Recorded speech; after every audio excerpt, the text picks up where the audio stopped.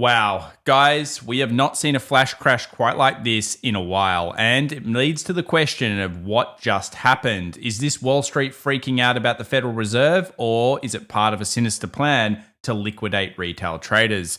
In today's video, we take a look at what this may mean for all of us and why the VIX may hold the key up over 50% in the last 24 hours. But it's not just stopping there. We've got yield breakouts, and of course, we've got big markets hitting supports. Join us today as we cover stocks, commodities, and cryptos, including massive dark pool transactions and, of course, huge options flows. What's the next move? Let's talk about it right now. Well, welcome back everybody to the Daily Show. My name's Tom, and in today's video, we have a lot to discuss because, of course, that was a big sell-off. We haven't seen one quite like it in a while. So let's start off with the VIX. It was up big over the last session, and this was all caused by the Federal Reserve, not so much their 25 basis point cut, but their projections in the future. Remember, the market's always looking into the future, so today we'll break down whether we should be worried about it or not. Now, the VIX increase was one of the biggest on record. In fact, it was the second biggest one-day VIX jump in history, if you want to look at it that way. And this means that we can start to break down a couple of other stats. When have we seen flash crashes like this? Well, in the 90s, we saw a few. In the 2007 period, we saw one. And in 2021, we actually got a couple of these reads. So should we be freaking out? Well, as it turns out, if you look at these status stats, we tend to see the markets actually jump over time. That means that the VIX will usually plunge all the way back down at some point in the history. Every time the VIX has jumped over 50% in a single session, it plunged over the next month. Every single time. Now, you may say, well, this is different, but we have to actually analyze what just happened. So recently, the founder and chairman of IBKR actually made a post on X and then later deleted it. He said, so over the last 3 months, our margin loans are up by 16%. He also said he hopes that the market will not come down too fast so we can liquidate as it happens, and we will not end up bag holding from people that are unable to meet their margin calls. Now, here's the big issue. What did we just see? A flash sell. Why? It fed upon itself. It's what we call a cascade or a waterfall effect. And of course, many people, unfortunately, will have been liquidated over the last 24 hours. We saw a similar thing happen in the crypto market just about a week and a half ago. So what does this mean moving forward? Well, let's firstly take a look at the Federal Reserve. What's its expectation? Well, first up, its expectation is that we are going to continuously see a pretty strong economy from the GDP side. Now, they are concerned about the labor force. Basically, they're seeing people keeping their jobs, but they're not seeing new people kind of getting job opportunities, and they're worried about all sorts of things there. Longer run, they've still got a 1.8% GDP target, which probably is totally obscene. If they're expecting these huge gains, then why are they saying 1.8? But as we know, the Federal Reserve is almost useless when it comes to these things. All we can really do is see what the market is doing and then really go with whether we think that is the most likely circumstances. So most people are seeing a strong GDP. A lot of people are seeing the possibility of inflation rearing its ugly head again. And while Jerome Powell came out and said, oh, don't worry about it, guys, there's no inflation, don't worry about it, we can see here that there was a drastic change to the dot plot. In September, we saw upwards of potentially 3 cuts into 2025. Now we see only 2 cuts. And as we know, these types of freakouts were common just a year ago. So we've got to go back and think about it. In fact, there was a stat I shared over on our X account, links in the description down below, that had when we saw a sell-off one-day plunge this big in the Russell 2000, that 2 days later, the market was actually trading above that plunge. And that was, I think, Friday the 13th earlier this year in February. And it was due to, guess what? The exact same kind of concerns.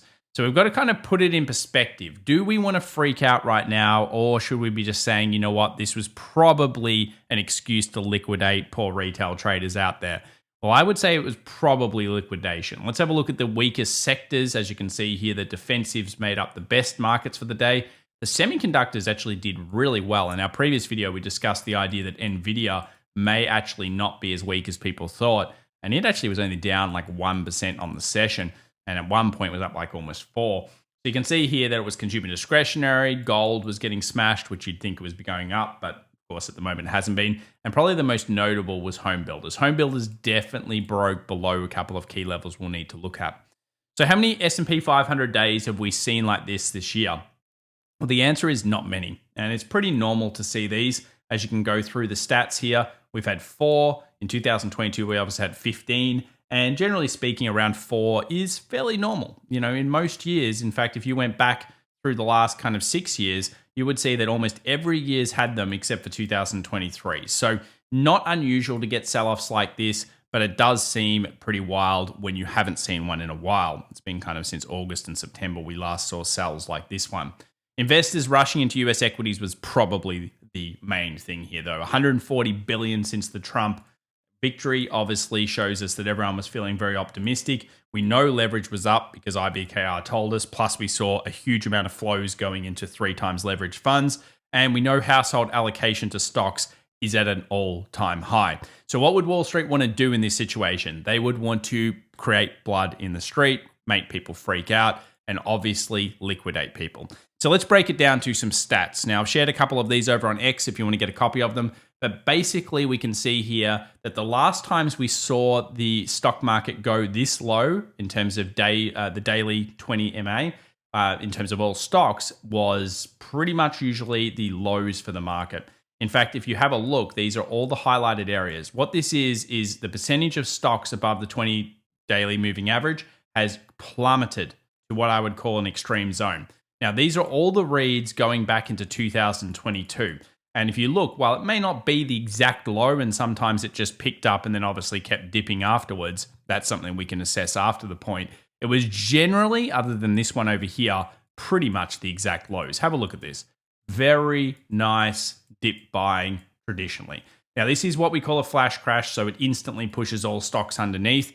And this is why a lot of people will be looking at the bull end. But we also have this chart here taken from a user in our private community. Join in the links in the description down below if you're interested. And this is an interesting one. So what this is basically the chart at the bottom representing market breadth, specifically the percentage of stocks in each index above the main 4 MAs. So this is the main 4 MAs people would use, which is the 5, the 20, the 50, and the 200. Yellow is the US 2K. Red is the US 500 and purple is the US 100, so the NASDAQ. What's interesting is that since the start of the bull market, so this is the one that started in 2022, indices have bounced every time this indicator has touched this point. So again, another extreme read similar to the one I just showed you. And yeah, it's always been a buy zone. Now, this doesn't mean that it will be, oh wow, let's go buy the dip. It's all fantastic. Everything's good. We'll look at the key levels. As we often say, patience, react, don't predict. This is a flash crash. It's something that was always on the horizon when you see this level of leverage. But I probably do think that in this case, it's not so much the Federal Reserve freaking out the market. We already know all of this. You guys know, we all know we're smart. We know what's going on. Realistically, this is most likely leverage. Now, funnily enough, this brings us to one of the weirdest stats we've seen in a while. We've been talking about this 3 days before Christmas, that is 3 trading sessions before, we tend to see the NASDAQ have a very interesting Santa rally. Now, you might say, well, Tom, the Santa rally's cancelled. That was a huge crash. Well, remember, 3 sessions before Xmas, we usually then see selling 8 days after, so that's 8 days after Christmas. Since 1987, we have a 28-5 win rate. Now, it seems likely that may actually happen again based on the data stats. And of course, this is a little bit unusual the way we got there, but yes, there's another one that goes through. Presidential years, just remember, usually the inauguration side can be more bullish. So it's not like I would think the markets are absolutely freaking out at this stage. Of course, we do need to see reactions here, but it's likely based on options that you'll see in a moment that we'll try to rally back up. And most people will not be changing these forecasts. So whether you've got their big forecast for 6,800, the last 24 hours is unlikely to get rid of the Russell forecast or the S&P 500 forecast. Remember, it's a cumulative effect. We need to see a lot more information than just one read to really freak it out. This just smells of leverage getting absolutely owned. China market turnover, just another reminder that China is starting to see a lot more input. Yes, okay, there's all sorts of negatives. Yes, we may be going to a tariff war next year, but the price action has remained relatively solid over the last 24 hours. Then we move over to Bitcoin. Have we changed any of our ideas? Not really. This is a longer term bullish kind of prospect here. And we obviously know we're going into a potentially pro-crypto environment. So really Bitcoin coming back to its 20-day MA and Ethereum coming back to its major support was always potentially on the cards. And as you'll see later, we'll talk about what we're thinking there. December is not usually the greatest month for Ethereum, but still usually positive. January, February, March, April, and May tend to be when we see the alt season go through. Let's talk about VIX because, yeah, Wall Street was absolutely on top of this one. And we got a sweep during the session. So as soon as we saw Jerome Powell's or the press conference, basically someone came in with a monster VIX position. This was taken in the UVIX, which is a 2 times long VIX fund. Would have been really hard to get hold of yourself. But yeah, they were obviously on top of this one with some algorithms. They bought a huge position. And we're now looking for them to take profit on that position. So we'll update you over the next 24 hours as we get more information about large trades. Now we know there's one here. We want to see it removed. Because guess what? Last time we saw one like this, and you'll notice here was last time we saw a removal back in August. Guess what? It was the low and the dip buy of that market. So if they're removing this over the next 24 hours and saying, oh, that was fantastic, thank you very much for the profit. Yeah, that's a good sign that they're probably starting to buy the dip again. Now, we did share some data recently showing all these weird transactions coming through on S&P 500. Yeah, they will take profits. We know that now. Obviously, just before the news, we saw the 6th largest trade and the 40th largest trade. Big ones on 3 times leveraged. Yeah, 3 times leveraged S&P 500s. And of course, we've also seen VOO, which is one of the most popular Vanguard S&P 500 funds with monster dark pools all floating over this top. So again, what are we looking for? Now that we've dipped since this, we have to be looking for them to open a new position. We would like to see a big buy. If they do, price action goes with that. Fantastic. We may need to stabilize around this area for a few days after such a shock. Ethereum also turns out was a sell. So massive transaction here at the highs. We did bring it up. A lot of you guys in the comment section was like, Tom, that is a sell, bro. You're too bullish on Ethereum. I'm still bullish on Ethereum. But yeah, I can understand big position. Obviously sold straight back down to the supports, which we'll talk soon. But yeah, that is just showing that there are insider traders amongst us and they do show themselves sometimes. So we share this data here all the time. Make sure to subscribe if you're a new viewer so you can get action on that and potentially make your own decisions to maybe find some edge. Let's now talk about S&P 500 closed on its low. Now, traditionally, we usually would see a bit of a bid after a day such as this, and we'll talk about that in options. But there are some concerns. First up, the gap. Will we fill it? 5782 seems kind of between 5700 and 5782 now seems like the kind of low edge that we might be able to go to. We did close in the lows, which generally suggests there's further selling before we rip higher. What I would like to see, though, is in probably the price action. Now, you may say, but Tom, the breadth is so bad. Let's ignore the breadth for a moment and talk leverage. I mean, like the most amount of money to be made is always in that leverage. And we know retail traders absolutely got obliterated. I do have a couple of people I know over on X and other things that I do know were too heavily leveraged. And unfortunately for them, they got smoked. So yeah, they were getting liquidated. Maybe IBKR guy was liquidating them throughout the session. Let's have a look here at the US 500 though. Support was found. We obviously are seeing role reversal and we're seeing a bit of structure formation. Now we're going to go smaller timeframes here because days like this matter.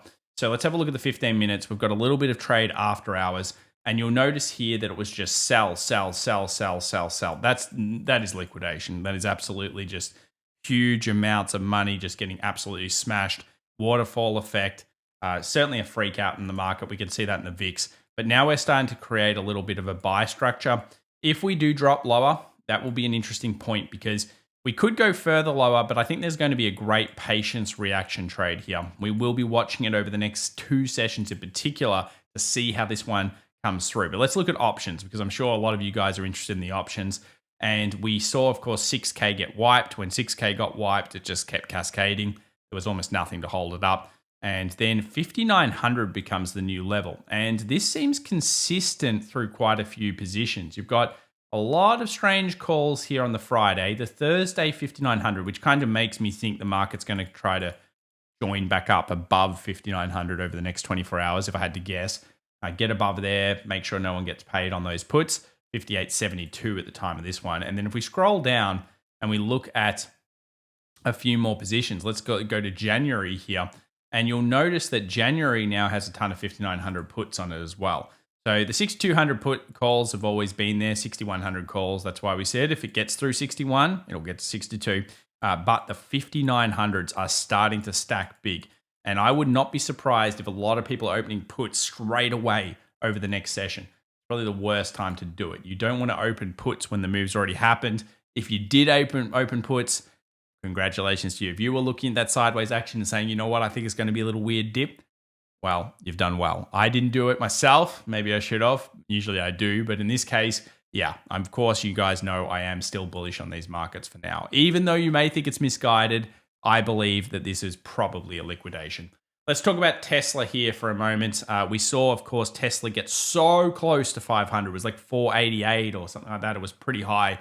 If you managed to liquidate a little bit before then, well done. Otherwise, of course, you still are in positive gamma. You know that 440 is the big core wall here, and 500 continues to be that kind of target. But Tesla, look, it's still in a bull run. We'll talk about it a little bit more as we see the market stabilize post this event. What about Nvidia though? It was really strong. It actually opened up 3-4%. I still think Nvidia was actually one of the worst shorts of the last 24 hours. Everything else got absolutely obliterated. So it just shows you that, yeah, there's probably a little bit of buying town really when you're talking about the semiconductors. They held up pretty well. We saw that it was a middling kind of in the sector. Usually we see semis get smashed, and some did. Kramer's one. But the rest didn't. So yeah, 125 still remains the base case here on the options market for Nvidia. And again, if we can reclaim 140 plus, there's a likelihood things will actually improve. Now let's talk about the elephant in the room. The US 10 years showing strong economics. Basically, the GDP looks good. It looks like the US is stronger than the Fed wants it to be. And that has that kind of labor market in question and reinflation back in question. This will be a very important weekly close. If we close like this, it suggests that we could push to 4.7, and that, of course, could bring further downside on the market. So that's the first thing with yields. So let's look at the 2-year, though. So the 2-year is obviously getting up there as well, but it didn't move as much. I think, look, this is the thing. Everyone's making a big deal about it. Did we really see that huge a move? We were just here just recently. So they were already pricing in these cuts. Again, it just makes me think that this is a liquidation event. Yes, we could go into all sorts of fandangled reasons, but that's one of the things that I think is not really being considered. The Fed was already expected to cut twice. Obviously, now the kind of dot plot change is being used as an excuse. There's probably still more than 2 cuts next year, as long as, let's say, inflation can be moderated. Now, we all know they've stuffed up here, and I think that meme at the start really shows it.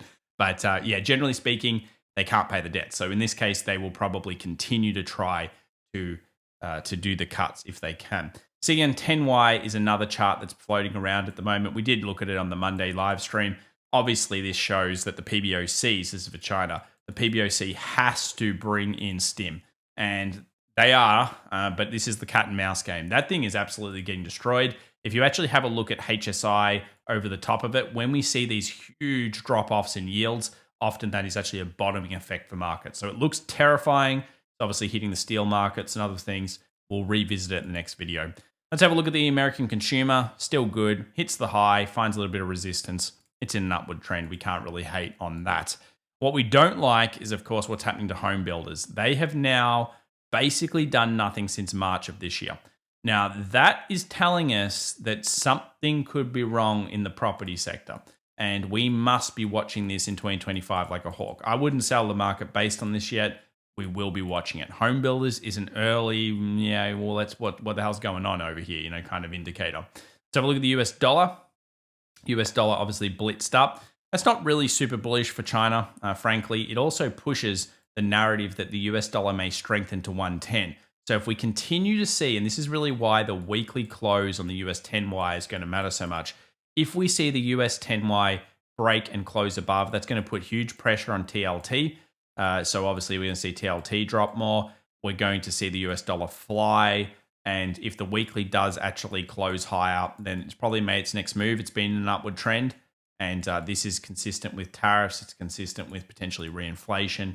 So some of the things here, the dollar had got a pretty good close on it for the bulls. So that is one to watch. Gold dropped a little, didn't really drop a huge amount. Silver's worse than this one. So is gold still potentially bullish?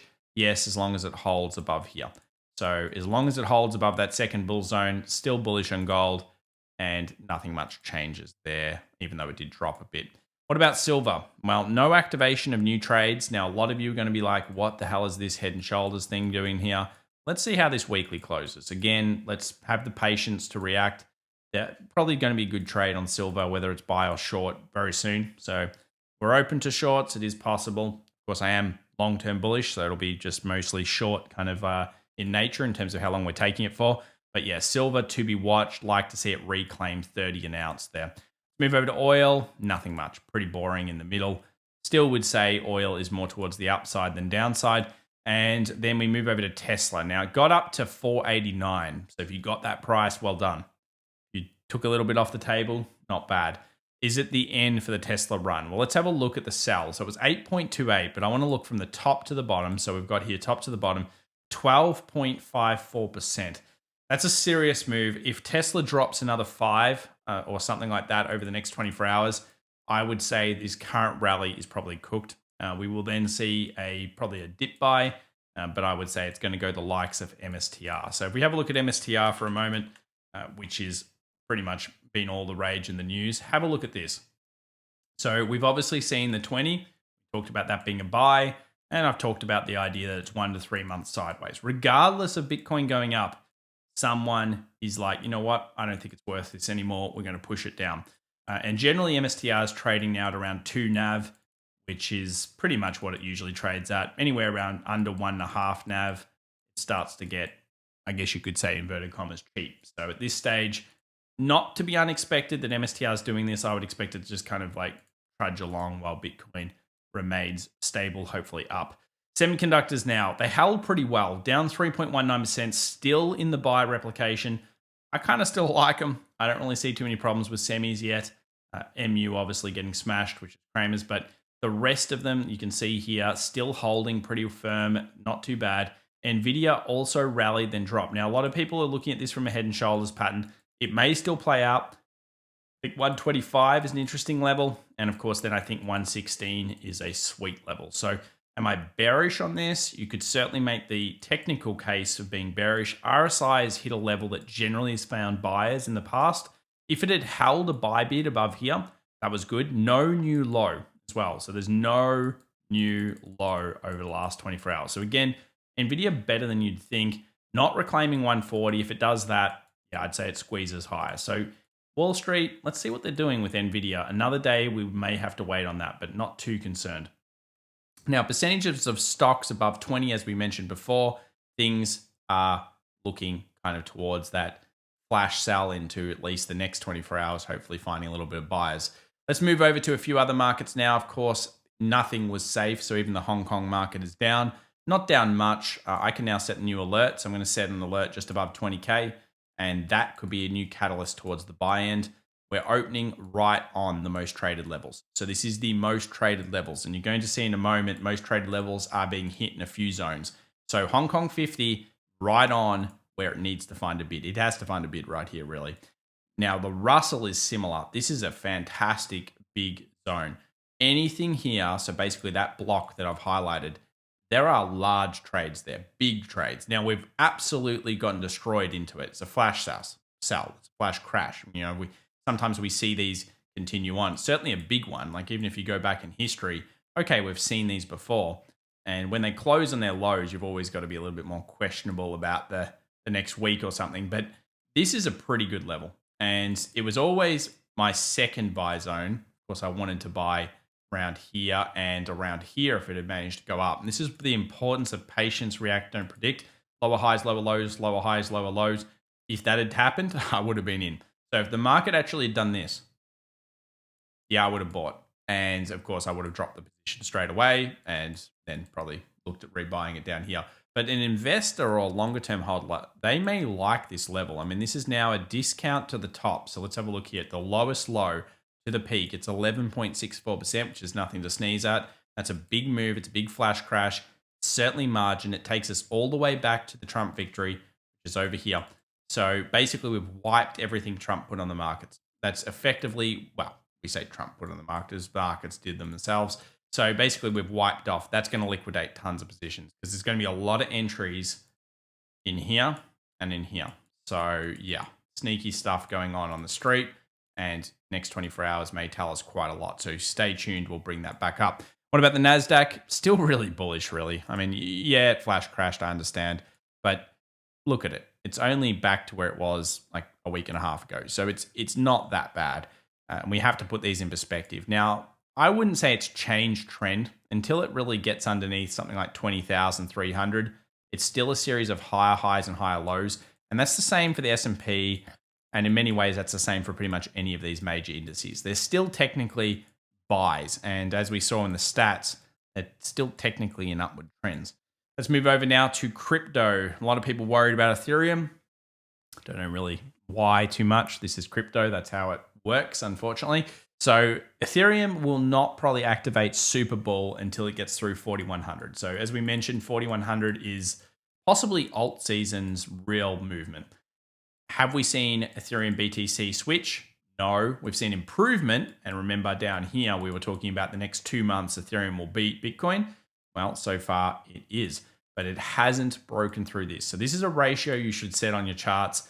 Ethereum coming back to a very nice kind of level. Obviously, if you're a seller, you want to see this thing double top and breach, and then it will get smashed down to 3,000. That is a possibility. But around here is where I'd like to see buyers. We don't know they're there yet. Of course, patience, react, don't predict. Only investors and position-based buyers will like this area. But yeah, no low taken. And the same thing for Bitcoin. It's holding the 20. And we had this here already, right around where if a buyer is going to come in, they're going to try to buy it here. Otherwise, again, if it falls further, you can see the moving averages sitting right on that demand zone. So funny how things line up the way they do. Either way, it's going to be an interesting next couple of sessions. And again, a lot of supports hit. S&P, Russell, NASDAQ, kind of in the middle of nowhere. Semiconductors to a degree. And then, of course, we've got here the crypto market as well. So what's in store for the rest of the week? Well, basically, guys, we have to digest this news. We know that options were everywhere this week because, of course, it's the OPEX. This causes all this instability. There was a lot of leverage. I'm going to say that a lot of people got liquidated. I hope you're not one of them. I hope you're having an okay day. I hope you're able to see past this type of stuff. And obviously, this is what happens in markets. Stay vigilant. We always have to. Remember, you have to expect the unexpected. We did know leverage was huge, and this may happen a couple of other times in 2025. Remember, we still expect a 10% pullback in 2025. I just don't think it's this one, but we'll have to see how this market reacts over the next 2-3 sessions. As we get more clearance in terms of the actual price action and the stability of structure, then we can go from there. Thanks so much for watching. Follow us over on X. Also check us out on LinkedIn. I will be posting there in 2025. And of course, check us out in the links in the description down below. Thanks so much, guys. You have a fantastic day, and I hope that you're doing well. Bye for now.